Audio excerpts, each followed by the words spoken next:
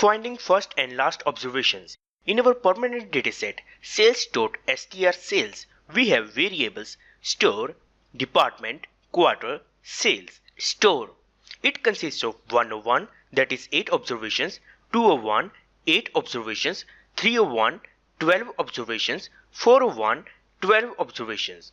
Department is a 2-digit number for identifying a department within each store, that is 10, 20 and 30. Quarter. Quarter of the year, that is first quarter, second quarter, third and fourth. Sales. Total sales for given quarter for a given department in a given store in dollars. Here you can have a look at a part of our dataset. Also, in order to know the first and last observations among a group of observations, firstly we need to create that group. For that, we need to take use of by statement. As you already know, since we are going to use by statement, so we as a good programmer will be using proc sort procedure in order to sort the dataset as per the by variables.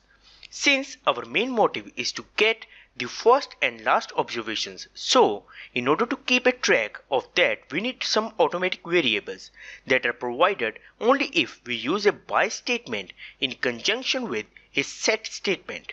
These automatic variables that we get are first dot by variable name and last dot by variable name. Let us first take a look at the program.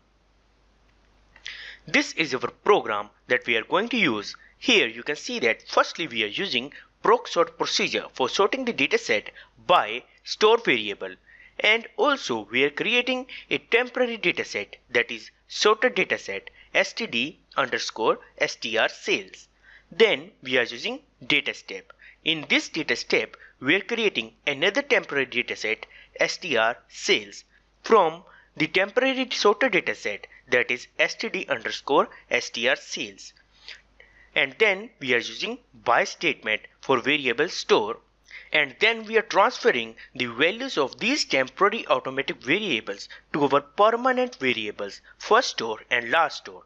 After that we are using proc print step with id statement for variable store. Now you might be thinking, what is the need of creating this new temporary dataset str_sales? Well, as I already said, since we require these temporary automatic variables first dot store, that is first dot by variable, and last dot by variable, and these temporary automatic variables will be created by SAS only when we use set statement in conjunction with by statement.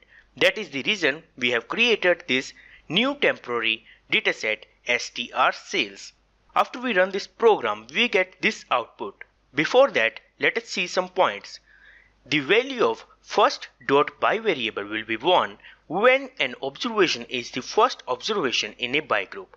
Here you can see that this is the first by group that consists of store 101. Its first observation is this. For that reason, we have got value for first store 1. And for other observations in this subgroup, we have got its value 0. Similarly, the value of last dot by variable will be 1 when an observation is the last observation in a by group. As here in the subgroup 101 for store, you can notice that we have got the value for last store variable 1 for this last observation, whereas for the rest of the observations in this subgroup we have got its value 0. And same goes for other subgroups, as you can notice. Automatic variables are first dot by variable and last dot by variable. These automatic variables that we got are temporary in nature, in sense that they are placed in program data vector, thus are available for data step programming.